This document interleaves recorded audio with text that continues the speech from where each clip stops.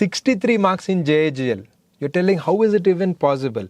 Lot of students have the problem with JIGL and they say that JIGL is easy only for LLB students. That is not true.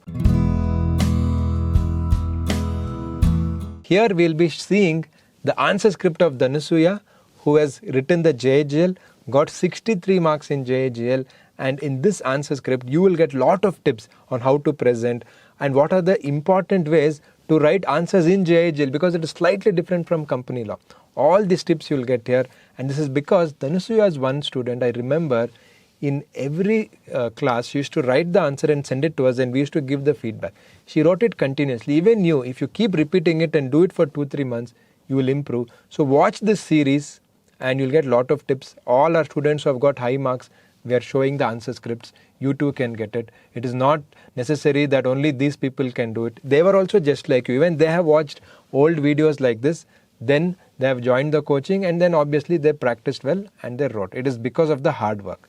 Now let us see how to get 60 plus in JIGL. Yes, let us see how Dhanasuya has got 63 marks in JIGL. So JIGL, you can get 63 marks. It is possible. So let us see how she has presented, and this whole series which we are doing is to help you to get 60 plus marks in law subjects of CS Executive or even CS Professional. So first the question is about explain the exceptions to the rule of strict liability. So what have they actually asked? They have asked the exceptions. So they have asked the exceptions. So let us take a look how she has written it. So answer is 2A. So strict liability. So what is strict liability with points? Very good. So this is a very nice introduction. This is a very nice way to present. And then she's coming to the exceptions. And exceptions also very nice, point wise. Act of God, act of third party, act of the public servant. Yes, with consent of the plaintiff, with natural use. Very, very nice. It has been given. She has only mentioned the case law. She has not explained it. But no problem. She has at least mentioned the case law so that she knows the concept. And for that reason, she has got 3 marks out of 4, which is very good. Which is very good actually. Next, explain Hayden's rule of interpretation of statute. So in JIGL, the I, which is interpretation of statutes, IOS we call, right? It is very, very important. So let us see what she has written. So Hayden's rule. So if you see, the presentation is so nice. 1 line gap after every point. So point wise she has written.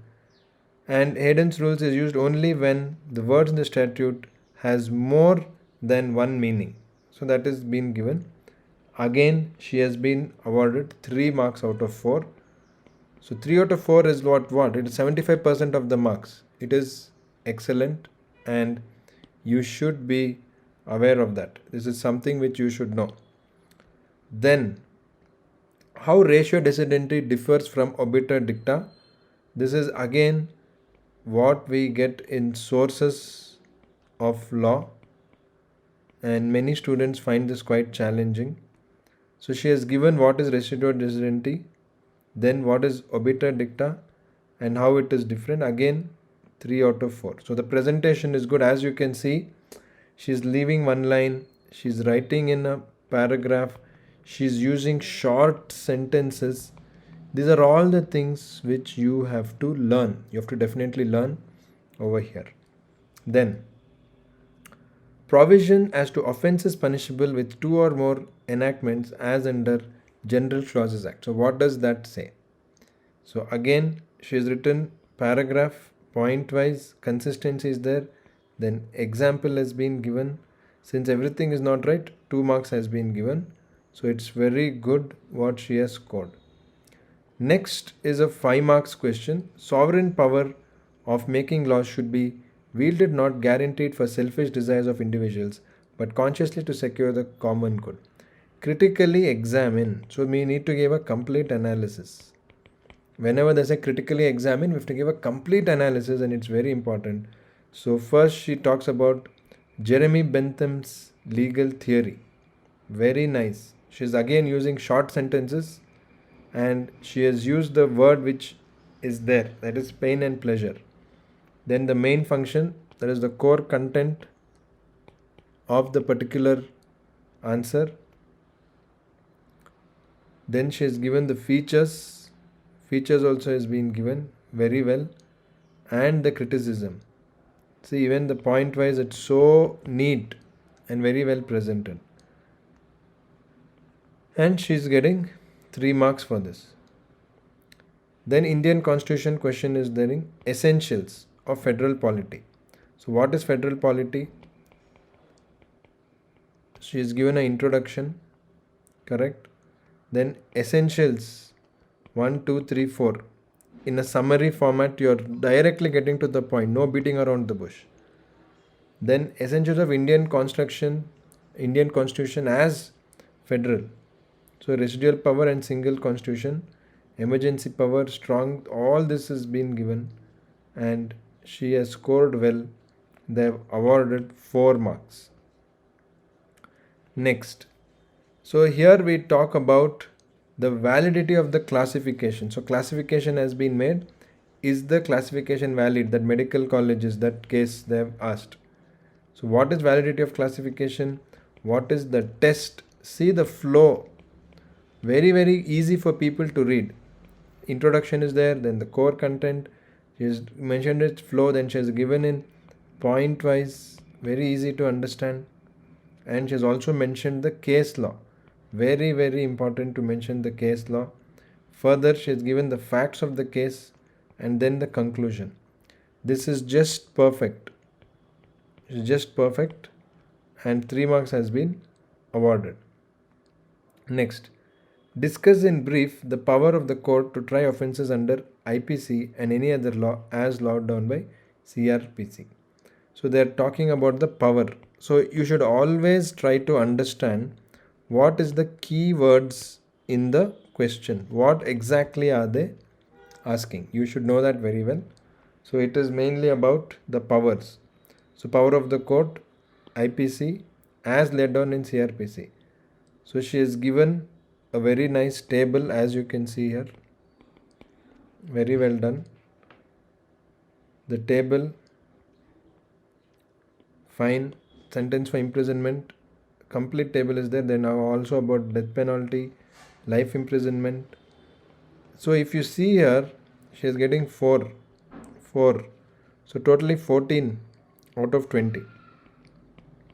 14 out of 20 is excellent marks. It's actually 70%. She has got 70% of the marks, which is, you can see. So if you observe, there is quality answer and there is quantity. She has written little more than what is enough. So this is very important for us to understand.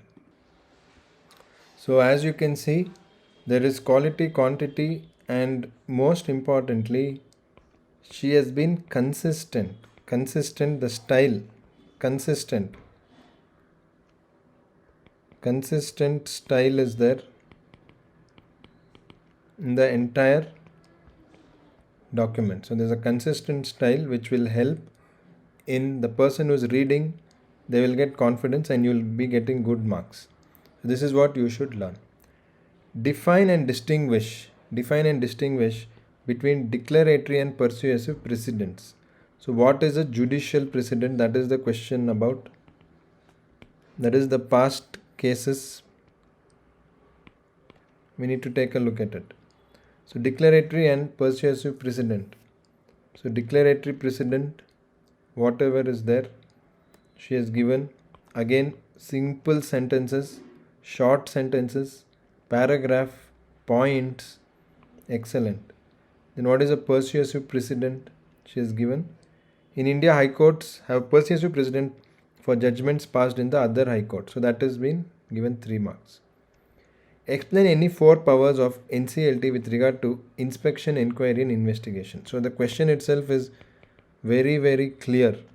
So they are asking about 4. So what is that 4 powers? So 4 powers they are asking. So powers of NCLT. So she's again written everything, whatever she knows. Everything is not correct, so she has got 2 marks. Okay. Then conditional order under the CRPC. So again she has got 3 marks, which is pretty good. Not bad at all. So like that. So this is what I think you're getting a picture on how you should present and how you too can score 60 plus, because many students say JIGL is only for students with LLB background. That is not true. If you understand properly, work hard and present well, you can, just like how Dhanusuya has done in this paper, you can score very well. Just see how beautiful and simple the presentation is, and the marks are being awarded for each of it. If you can see, marks will be awarded whenever it is. When lease of immovable property is compulsorily registrable, when is it? So what are the documents to be compulsorily registrable, how it can be done, then a conclusion. So you will get the marks. Then right to information act, what are the types of information they have asked. So again, what is public authority? So everything has been given. So when you write like this, you will score well. Critically examine applicability of the liability rule in the tort applied in case of enterprises. So hazardous industry enterprises, what happens that? So what is civil wrong? What is tort? Strict, absolute, vicarious liability of the state. Then absolute liability, what it is. So everything is been given. Then the case name is been given. So case law gives extra marks for you, very important. And finally the conclusion. So this way there is quality, there is quantity, it's very well written.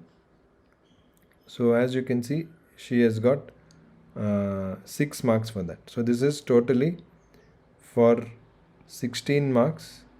So she has got 6 plus 6, that is 12 out of 16 marks. So 12 out of 16 is 75% of the marks. So this is the way it can be scored for you also. Fundamental duties of Article 51A Constitution. So what is fundamental duties? Then she has listed the fundamental duties. She has written about writs. Excellent. For 8 marks, very good content. So 6 marks has been scored, which is brilliant. How far confession differs from admission and Indian Evidence Act. So they are asking about difference. So in difference, always write 3 columns. Difference is write 3 columns. What are the 3 columns you'll write in differences? What is the basis of the distinction? That is how the points are different. Then topic A, then topic B, whatever it is. So in here, topic A is admission, topic B is confession, right? So let us try and understand how they have done it. So when we look at it, so they have told definition, mode, binding. So all these points has been given. Since everything is not correct, she has got 2 marks, which is not bad, but please see anything difference between, this is how you should attempt. Any difference between questions, this is how you should attempt. This is the best way for you to attempt it. State the form and contents of an arbitral award. So what will be an arbitral award? They are asking here. So arbitral award, you are written again in point wise, contents, you are getting 3 marks. So property, so relating to CPC, property related question is there. Again, if you see consistency, you can see the presentation, paragraph, simple sentence, point wise, everything is perfect. Then Indian Evidence Act, psychological and physical fact. What is a fact? She is first given. So introductions are very nice, short. She has given the summary of what is the topic in 1 line everywhere, very very well presented. Then she has given examples wherever applicable.